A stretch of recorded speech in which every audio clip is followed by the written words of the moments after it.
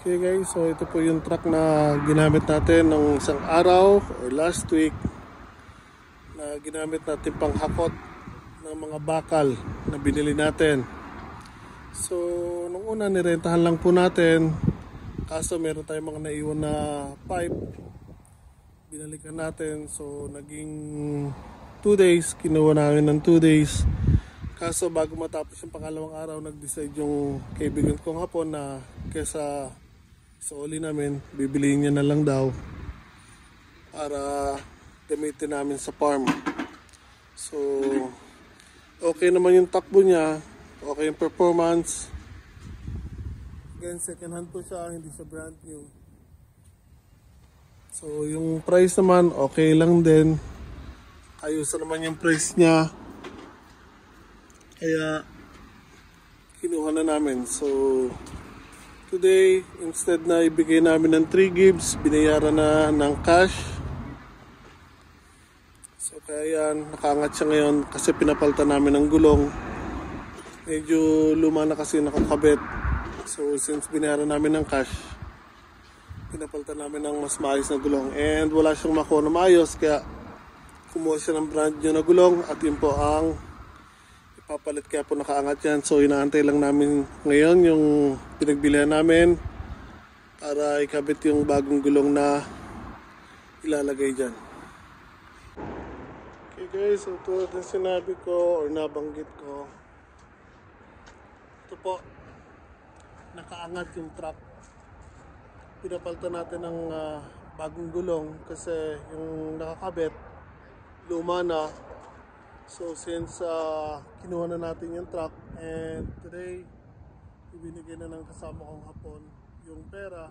So ang sabi ko, ibibigay ng 3 bigayan, pero yung inabot ng hapon kompleto. So binayaran niya na ng cash 1 bigayan, kaya yan, pinalitan ng bagong gulong.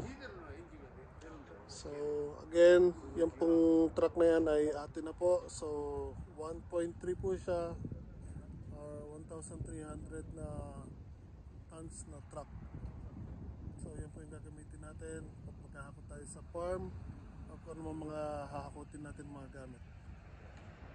So as for my mini truck, yung K-truck ko, malalaman kung ibabasya ko or what. So binabalak kong basyahan na o ibasyahin na o ibenta, dispatch siya, tapos kuha na lang tayo ng minivan para may iba tayong gamitin na pang daily. Kasi kung ito gagamitin natin na daily, medyo malakas po sa gas yan, kaya kailangan natin ng isang mini car para po sa daily na gamitan po natin. So again, yun po, atin na po yung Isuzu Help na 1.3 ton na truck.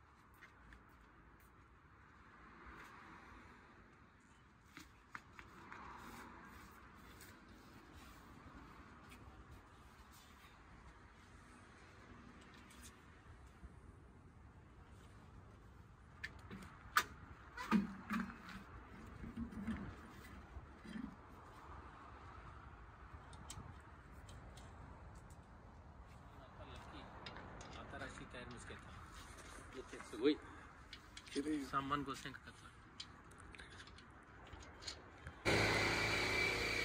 Guys, ayun po, bagong gulong na nakakabit. Yan, 4 po yan. Ayun yung pinagpalitan. So nilalagyan na lang po ng tamang sukot ng hangin, and alis na kami.